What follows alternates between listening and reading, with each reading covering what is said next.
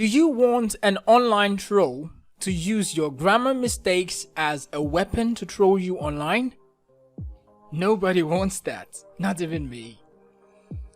You need help, and that's why you're looking for something that would help you correct your mistakes before you put them out there. And that's why you're looking into Grammarly, right? Nice. Because the world is gradually turning into the online and computer space. Having a reliable way to ensure that your grammar is nearly perfect is essential. No matter who you are, whether you're a blogger, whether you're just an aspiring author, or maybe you just want something that you can use outside and be proud of your writing. My name is Tobiah Abif and this is Deep Review. Today we are going to be reviewing the popular Grammarly app.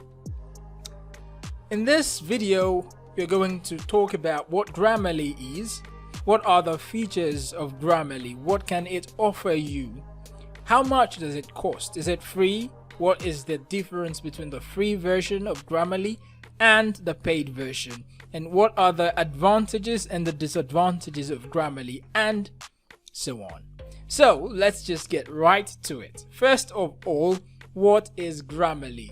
You see this tab here, we have the Grammarly app opened. So as you see here, Grammarly is an app or a website, and that can also work as an extension for your browser.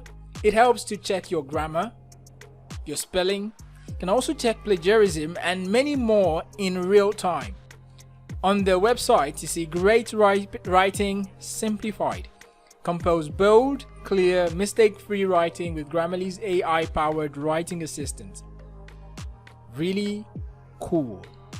So Grammarly can work on a number of different platforms, can work on Microsoft Word as an add-in, can work on WordPress for website designers, can work on Facebook, can work on Gmail, can also work as an extension on Google Chrome. It is even coined as the free grammar assistant. Really beautiful. But there are always some limitations to that, as you would see with any other writing assistant or writing software like Grammarly. So let's take a look at all the features, the pros and the cons, and what the price point is to buy the premium version of Grammarly or the business upgrade. So first of all, as a person, I have used Grammarly for a few years. As you would see here, I've edited most of all the works that I've done throughout my life with Grammarly. So if you are not using Grammarly, or you're making a big mistake, if you're using the free version of Grammarly, so here is an account I opened with a new email to show you what the free version of Grammarly looks like. So as you would see here, this is the new account I created just for the case of this video. My subscription is free. So this is not premium. So they are asking me the plan free, go premium. All right. Now I created this account to show you how Grammarly works, what limitations rather are there in the free version. And now one thing is, the free version of Grammarly is completely free. Unlike any other software or services out there, when they would ask you to do something on a trial version and still collect your credit card details, no, Grammarly gives you completely free access to Grammarly features, although it is very limited. And that's why I opened this plan comparison tab so that we would see. So Grammarly has 3 plans. You can go for the free plan, the premium plan, which I am using, and the business plan.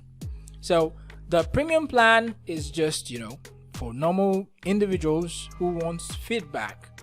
And the business plan can be used for teams. More than 3 to 149 individuals can use the business plan. So now let's get into the differences between all these plans. So if you're a free user, you can only check correctness on Grammarly, and correctness includes grammar, spelling, and punctuation. For example, you see in this sample issue, effect is changed to effect because of the noun verb difference. That is grammar mistake, right? Now it also helps with the consistency in spelling and punctuation. For instance, when you use a cursive apostrophe in a part of your writing and you use the straight apostrophe in another part, Grammarly always suggests that you use a single consistent punctuation style. So that makes real good sense, and that kind of thing would not be available on the free version. Fluency also would not be available on the free version, but all these are open for the premium versions and the business versions. Also, on the point of clarity, when you choose to know the conciseness, that is, Grammarly doesn't like you to use too much words when you can use little words. Brevity, they say, makes more sense when writing English language. So on the free version of Grammarly, in the free package, you can use this on limited sites, and if you're using it for an article, it's very limited. You cannot go beyond a certain number of suggestions on the clarity side. Even readability, yeah, Grammarly always suggests better ways to write statements or paragraphs, and that is a really big, beautiful feature that I love about Grammarly. But this option is not available on the free package, but available on the premium and the business package. Engagement also would not be checked if you're using free, but will be checked if you're using a premium and business part. So compelling vocabulary, this part is where Grammarly suggests different synonyms of words that you use, maybe cliche words or words that you have overused in the same article. And lively sentence variety. Yes, Grammarly also flags monologues. If you write 3 similar sentences or more than 3 similar sentences, Grammarly flags that and suggests that you change the order of the words. But that would not be available on the free package. And another thing is the delivery. This determines the tone. How would you write it? Is it going to be formal? Is it going to be creative? Is it going to come off like something for a general audience and so on? You cannot use that when you're using the free package. I would show you all of this when I enter Grammarly. So let's get straight into it. Okay, let's talk about the price first. Now, the free version, I said earlier, costs nothing, but the premium version costs $11.66 per month. That is if you buy the annual version.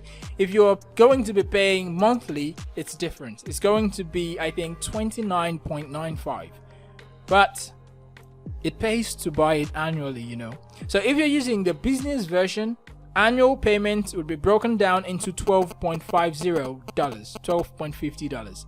So let's get started. I'm going to try an article I just created for the basis of this test.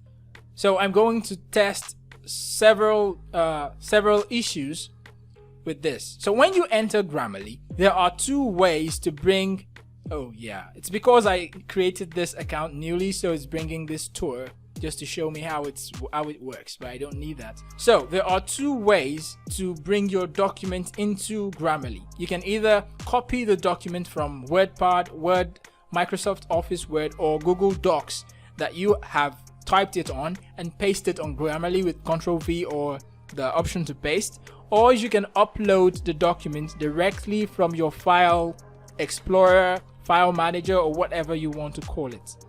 So I'm going to choose the upload. So this is the document I want to choose. I want to work on how to take cleaning off your to-do list. So when you do this, when you upload, the difference between uploading and copying and paste, I'm going to show you, is that formatting would be disabled. That means the format that you created on your article or your book from Microsoft Word or Google Docs would not come with it to Grammarly if you upload it.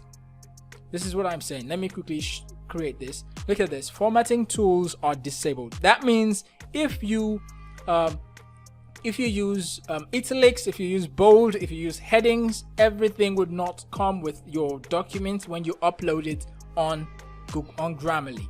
But if you're using the Grammarly for MS Word add-in, they would work perfectly. So let me go back to MS Word and copy and paste. All right, now from Microsoft Word, I'm going to Control A this and Control C. So that's to copy, and then let's go back to Grammarly and Control V. So this comes up. Now, because I copied and pasted, you would notice that this footer is different. Shows that I can even format it from Grammarly. Nice. Now let's talk about this dialog. Now this is one beautiful thing about Grammarly. You can always change how your audience or how your writing comes up. What you set in this part of Grammarly when you paste or upload a document to the would determine the kind of suggestions that Grammarly would bring. For instance, let's choose that we want our audience is a general audience. This means that our writing is easy for anyone to read without too much effort. If we choose the knowledgeable, that means we can write longer words, longer statements, longer sentences, and we can also use big words.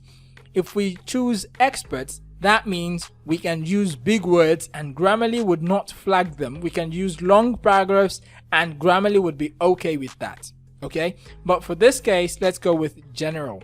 Now, formality, we can choose to write informal when Grammarly would not flag our slangs. You know, when you say shit, oh sorry, pardon my French. So we can choose to be neutral. Grammarly may restrict slangs but allows standard casual expressions like ouch. And when we go formal, Grammarly restricts every slang and colloquialisms. That means we cannot use any casual expressions. So let's go with neutral for this case. Now, the next part we cannot change because we are free user, so we'll leave that. And then this part is the tone. Although this doesn't really come forth, but it helps. When you choose neutral, that means you can write anything you want to be. You can choose 2 or more tones. You can choose to be confident and analytical, or maybe respectful, or maybe optimistic, or joyful, or friendly. Anyhow, now the intent, do you want to inform the audience? Do you want to describe the audience? Do you want to convince them, or just tell a story? So let's choose inform and convince. All right, so done. So we see here 5 of 5 goals set. So Grammarly gives us 7 alerts. First, grammar. Do you dream for? Told me for is not correct. Of. So once you click here, Grammarly changes it for you. Nice. Now this is conciseness. It is very likely that is flagged and to be changed to likely you often. Beautiful, right?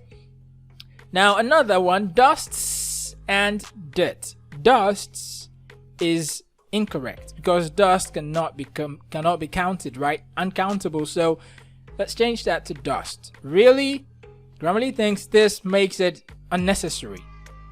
Okay, let's reread that. Never try to make cleaning what you love unless it really is what you love. Well, let's cut that away. Still, add a comma. Nice. Now, another part of Grammarly is that Grammarly, you can change the language. Grammarly comes with 4 different types of language. So when you change to British English, every suggestion that comes will be in British spelling. Really nice, right? Beautiful. So Grammarly wants us to remove tautology from this your own, but I want to leave it, so dismiss. Now, after that, Grammarly is pointing at 10 additional writing issues, but I'd have to go premium to correct them. So, touche. Here is my premium account logged into Grammarly on a separate browser, right? So you can see the badge here, premium. Beautiful. We can either upload or copy and paste. I prefer to copy and paste. So let's open a new document, Control V. the same documents that I uploaded in the free version is what I pasted here so that we would see the differences between the two. So let's take this again. Put the audience into general. Yes, neutral. Now you can see that we can change the domain to this because we are using a premium account now. So now this part is where things happen greatly. If we use academic, that is, our audience are in academic domain, that means we're going to use writing rules and formal writing conventions because we're writing for, academic refers to a school essay and homework and other things. If you're writing for a business audience, we'll be allowed to use some informal expressions. If you're writing for a general audience, we can have medium strictness. If you're writing an email, okay, cool, casual, creative. Well, when you're writing a story, you should be going for creative because in this part you can use passive voice. But if you choose any of these other ones, Grammarly hates passive voice. But when you choose creative, yeah, you can always be creative using the passive voice. Nice. So let's go with general domain. 5 of 5 goals set. Okay, so do you dream of or about? As opposed to the free version, it only suggested of. So let me like about. Now, this is what I love. Grammarly suggests that this statement is too wordy. So it makes you think, what can I remove from this statement? It says too many content words may indicate wordiness. Consider rewriting to avoid words like despite, your, do, that, and blah blah blah. Well, I may just ignore that because I don't want to think too much. So let's change this. Likely. Now this one, the bending, the standing, parking, dust. Okay, figures. Now this one, you see, wasn't shown or wasn't suggested when I was using the free version of Grammarly. So let's pick this. Hyphen makes it professional. Nice. All right, so this is another case. I'm a student, you see. I always have things to do. Class assignment. That's really good because things to do, and this shows that these class assignments and this blah blah blah are the things to do. So a hyphen really shows what those things are. So you would notice that Grammarly does not just suggest a replacement to an error. It also helps you to see why that suggestion is there. For instance, when I pick learn more, it explains that this statement is a fragment and I need to rewrite it to make it a complete sentence. Now it even gives some examples. So Grammarly is really cool. So I changed that. Grammarly, I hear ya. So another one, do you want to know what I'm proud of? Do you want to see what I'm proud of? I think do you want to know is better, so I dismiss this. Now, Grammarly says I cannot use a preposition at the end of a sentence. Well, many English teachers would also say that. If you choose learn more, it explains why. Although some readers still believe it, the rules that prohibit ending a sentence with preposition is a myth. Well, it is. So I'm going to dismiss this again. Alright, now, I said I hate stories. Okay. Now, let me say something. This part of the suggestion Grammarly is bringing is because we want our audience, or we said that our audience are in the general domain. So Grammarly says the phrase I hate may sound harsh to the reader. So it suggests we should sound more diplomatic. I wouldn't say I like instead of I hate. So let's say this. I wouldn't say I like long stories. Nice. Now, this is the part I talked about the other time. Consistent punctuations. You cannot use straight apostrophes in one part of your document and use curly apostrophes in other parts. So Grammarly wants you to use one for consistency. So, okay, I want everything to be curly, then update. Grammarly changes every single straight apostrophes to the curly ones you choose. Really beautiful. Alright, now the word love appears repeatedly in this text. Consider a synonym. Beautiful synonym. Now, really? And now the point Grammarly puts out there is a comma placement. Now, comma wasn't put here. Grammarly suggested that we use a comma. Nice. Still, comma. Equipped with 3 brushes, it is equipped. Okay, beautiful grammar grammar wants me to spell out 3. Okay, so let's do that. Now I said this. Grammarly hates passive voice. It is equipped with 3 brushes. Grammarly, I want it like that, so dismiss. Now this own created tautology. So that is basically everything. Now let's talk about plagiarism. Grammarly checks plagiarism on the premium package. So as you can see, my text is 100% original. This shows that everything here is mine. Okay, let me try to steal something from somewhere and bring it on to Grammarly and show you how plagiarism really works, right? Let me steal one from here. A simple, okay, copy, Control C. So this is from Deep Review, okay? So let's remove this and paste. So we want to run plagiarism check on this, all right? Beautiful. See that? Grammarly shows that part of this is plagiarized. So that is how accurate it is. Although it is not 100% accurate because I brought all of this text directly from Deep Review, but it only shows 38%. Really? Dang it. All right. So let's get into the next part, pros and cons of Grammarly. So as with any other thing, Grammarly has advantages and disadvantages. So in this review, I'm going to first talk about the good side of Grammarly and then the bad side, right? Alright, so Grammarly gives real-time grammar correcting. I mean, who doesn't want that? When you write a document, when you're writing, you want something to always bring you back and tell you, hey, this is incorrect, quickly change it. Now, Grammarly is really beautiful that it helps you rephrase sentences that may appear to be bad. For instance, look at this one. When I replace this, that is checked. That is really great.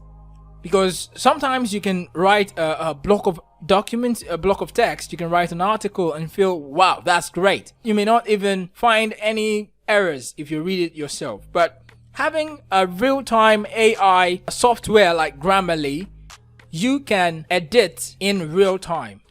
People can say, I can always edit anytime I like, but sometimes you may write a fantastic article and think, wow, this is great, and you just go on and upload it. But if you're using Grammarly, it can always help you to check your writing in real time. For instance, look at this. As you see, as I'm writing, Grammarly is flagging really nice, right? So this is what I'm saying about real time. So Grammarly can help you check grammar errors and any other errors. So Grammarly is highly accurate. And when I said highly, yeah, a machine cannot be 100% efficient. So we'll come back to that. One of the best part of it, one of the best advantages, the best pros of Grammarly is that it provides easy to understand explanations. For instance, when Grammarly is suggesting that I change this word complement to compliment, both of them sound the same way, but they mean different things. So it says the word complement doesn't fit in this context. Consider replacing it with this, compliment. Why? So it shows incorrect. Jordan doesn't remember where he parked his car. Where and where sounds the same but different. So easy to understand explanations and provides examples. Really cool, right? Really cool. So Grammarly gives you several options. For instance, if you write new words that Grammarly doesn't understand, or words that are not in the English dictionary, for instance, let me use this word for example, right? Now Grammarly flags this as an error. yes, it's an error. You have different suggestions. Do you mean cereal or cereal, right? Now, if you do not mean any of these two, you can add to your dictionary. That means you can choose to tell Grammarly that it's alright, I know that word, it's correct. Add it to my dictionary. Next time I write this kind of word, don't flag it. Beautiful. Grammarly would not flag that word, but this is not a real word I'm going to use, so I'm not going to add that to my dictionary. Another thing is how you can perfectly customize for each document you want to edit. Grammarly has preferred options for you to change the language, for you to change the tone, for you to change the domains, for you to change several things. So for instance, if you're writing for an informal audience, you can use slangs, you can use abbreviations, but if you're writing for a formal audience, on the other hand, you cannot use all those things. So now another benefit of using Grammarly is that Grammarly is very simple to use. Anybody can use Grammarly, whether you're a professional writer or you're just a blogger.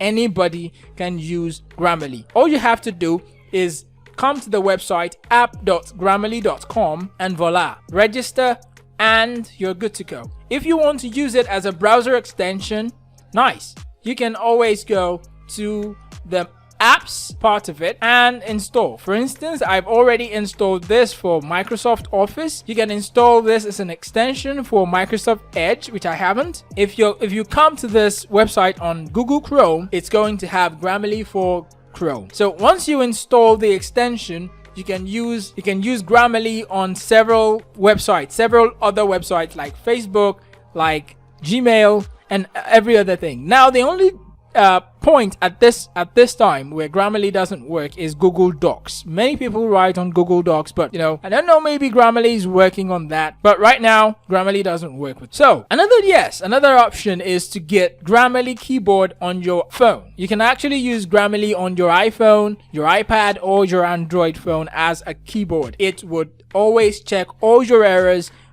as you type, before you press send. Now that's that about the advantages of Grammarly. So let's talk about the disadvantages. Yeah, it can't be all perfect. Grammarly has disadvantages.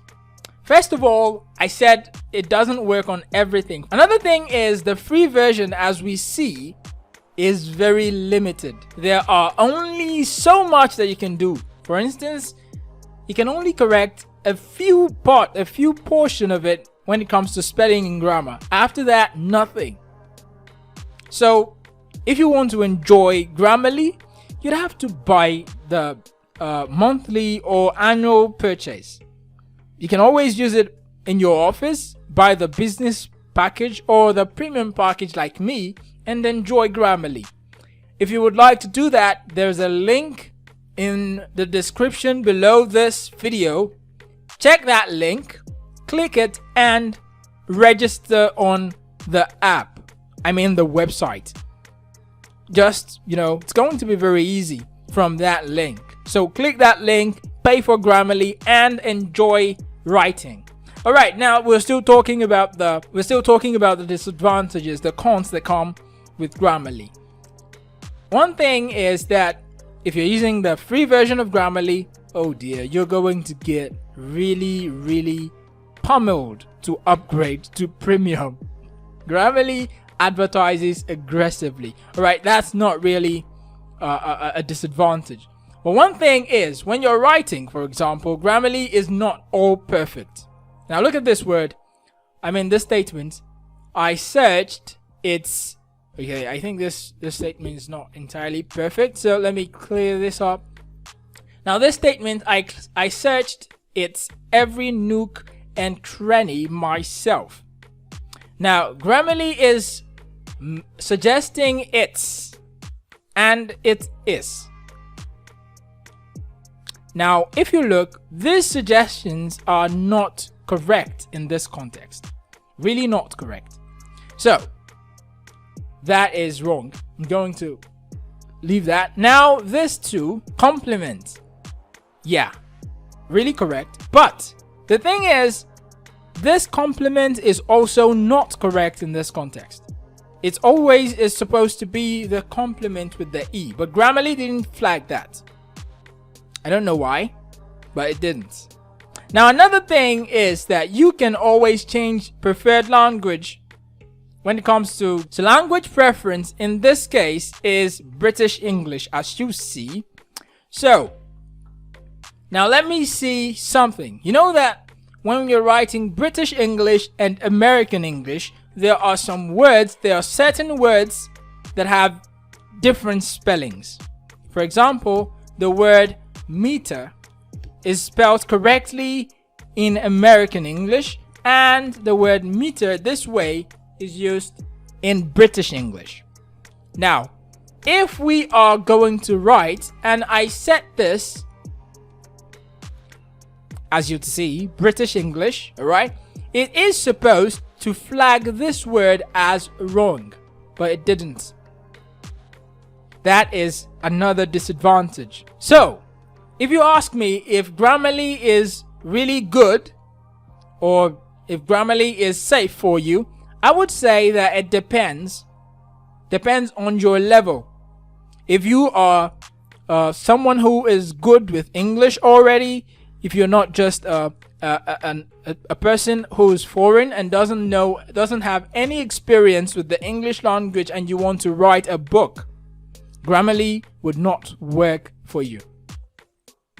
Grammarly needs someone to discern what kind of suggestions will work for what kind of situations. For instance, when I didn't use Grammarly's suggestion as the case of it's, when Grammarly suggested it is, if it is someone who doesn't have the knowledge of English language from the beginning, you may not understand the grammar behind it's and it is. So if you change this to what Grammarly suggested, you'd have, I searched it is every nook and cranny. Okay, Grammarly suggested this, it in. Okay, I think it's trying to pack its own shit. Sorry if that comes out badly, but if we put in this case, it is going to change the entire context of this. I searched it in every nook and cranny, and we're talking about my house here. I cannot search my house in every nook and cranny. Oh, come on, Grammarly. Alright, now, as I said, Grammarly is not 100% perfect, but if you already know English language and you just need something to help you as you move, as you write, something to correct your grammar, something to suggest new vocabulary for you, something to bring up new words for you to use, then by all means go and buy the premium package of Grammarly. But if you do not have any experience with the English language, please use another alternative. In later videos, we're going to show you alternatives to Grammarly, but right now I am still using Grammarly and I love it. I've been using Grammarly for several years.